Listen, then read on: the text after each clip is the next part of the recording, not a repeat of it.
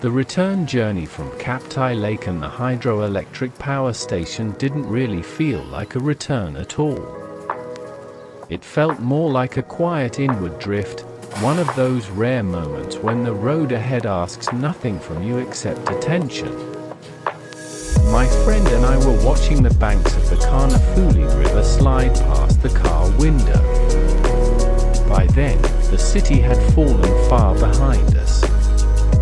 What remained was water, hills, and a kind of understanding between light and air. Here, the Karnaphuli is not merely a river. It feels like a patient witness, observing generations of hurried lives while keeping its own unbroken calm. Sunlight danced on the surface, not loudly, not for display, just enough to gently settle into the eyes and soften the mind. The beauty was persuasive. We didn't plan to stop, we were compelled to.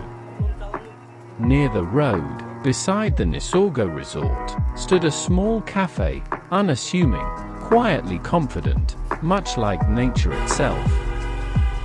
We ordered coffee, but before it arrived, the river had already taken its seat with us. Sitting there, it felt less like we were looking at the river and more like the river was looking back at us.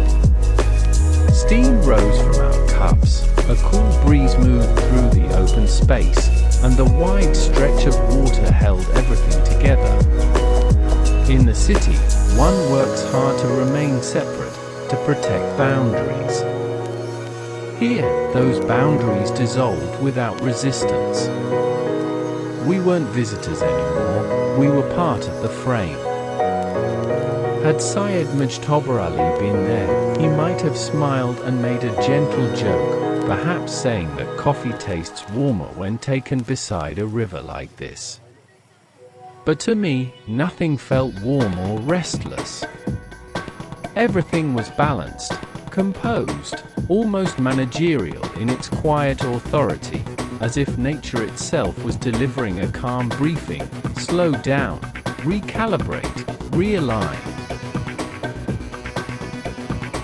Knowing the Karnaphuli story deepened the moment. This river doesn't only carry mountain water, it carries electricity, livelihoods, and the economic pulse of the Chattogram region. The turbines of the Kaptai Hydroelectric Power Station turn because of this very flow.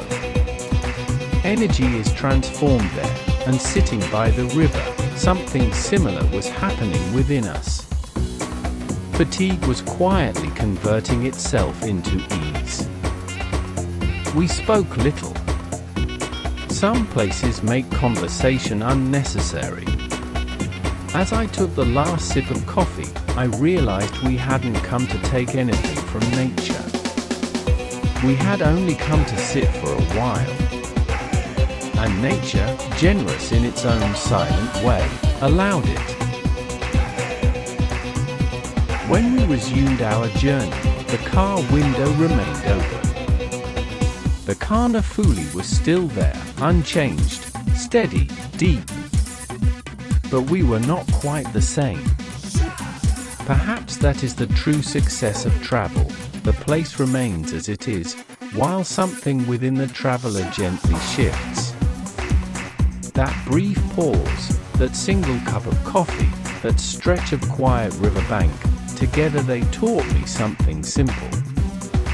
Travel is not always about going far.